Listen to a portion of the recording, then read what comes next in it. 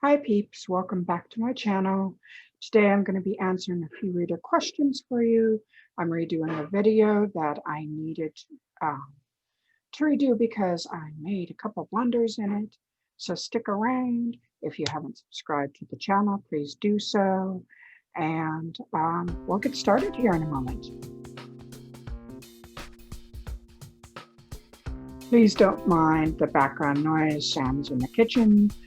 I think he's doing dishes because I hear them clunking around. So I put up a video where I answered some reader questions, and somehow I messed it up during editing to the point of where I realized it was easier to re-record it than fix it. So I'll just get right into it today. The first question I was asked was whether I have ever been in underground Seattle or not, since I write about it so much in my series. Well, honestly, no, I haven't. I am afraid of confined spaces. I don't like being under massive amounts of concrete and other things. I don't even like being in a two-story house that much.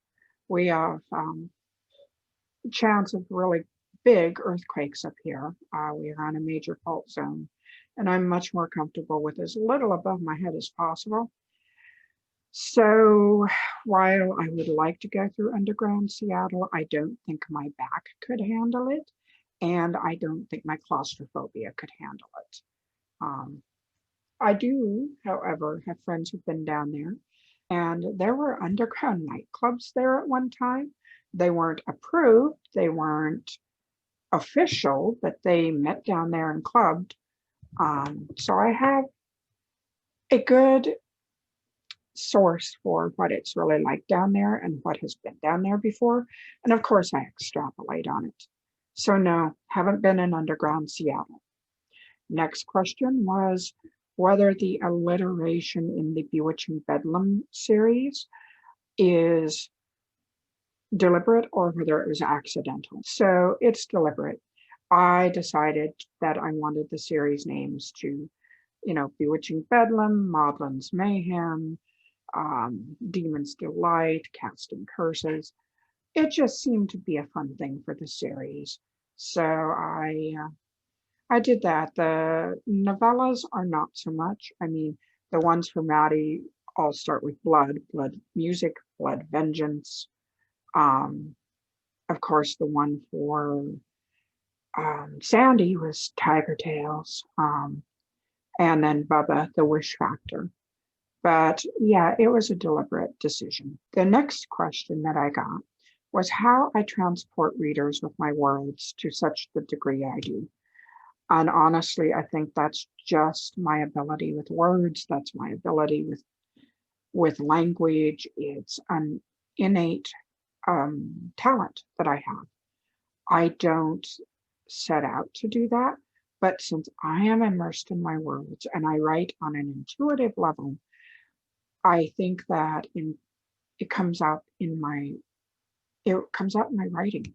It offers the readers a chance to jump in with me into these worlds. And I don't think if I wrote from a conscious perspective, as in, well, I'm conscious when I write. It's not like I'm writing while I'm asleep, although I've done that before. But in the fact that I write from my core, from my gut, I don't sit down and just plot out the worlds. That's what I think transports my readers. I think I get so immersed in my worlds myself that I'm able to help my readers get immersed in them too. Now for another question, someone asked how tall I am because I mentioned I'm short and I've never mentioned my height anywhere. Well, I'm 5'3", and at a stretch, I'm 5'3". Always wanted to be taller, if only to be able to reach things off tall shelves. Luckily, my assistant, Andrea, the local one, is 6 feet tall. And so every now and then I can be heard calling, Andrea, I have a tall person chore for you. And Mr. Apple is joining us for this question. I was asked about my covers. Someone loves my covers and asked how I choose the pictures that go on the cover. Well, With the trad work, I didn't get a choice. It was mostly the publisher. I did get a little input, but I was not the final say. And frankly, if they didn't like what I suggested, they ignored it. That's just one of the pitfalls of going trad. Yes, you're flopping your tail. Show them your book collar. Isn't that a beautiful collar? I'm so proud of that. Not that I made it, I bought it, but I actually got it on him. And I'm hoping to get the girls' holiday collars on them soon too. So in terms of being indie and designing covers, well, I found a really good cover artist, and she and I work well together. She understands my vision for my books, and she understands what's called my branding, the mood that my covers should have to be recognizable to my readers. And regardless of the series, I want all my books to feel like they're branded in the same way, so they have a similar mood. In terms of when I contact her, I usually don't have the books planned out by then. I just have the titles that I've come up with. And I have vague ideas of what I think would be cool on the cover, things that feel like they would work themselves into the story. So I will, like, for example, for the Hallowed Hunt, it was like, can we have Ember on the cover with a bow and arrow, and I would like a deer in the background.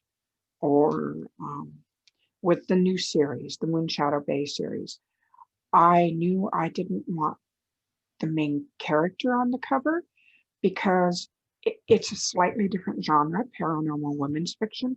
So I didn't want it to feel like the urban fantasy, but it still had to retain the feel of my branding.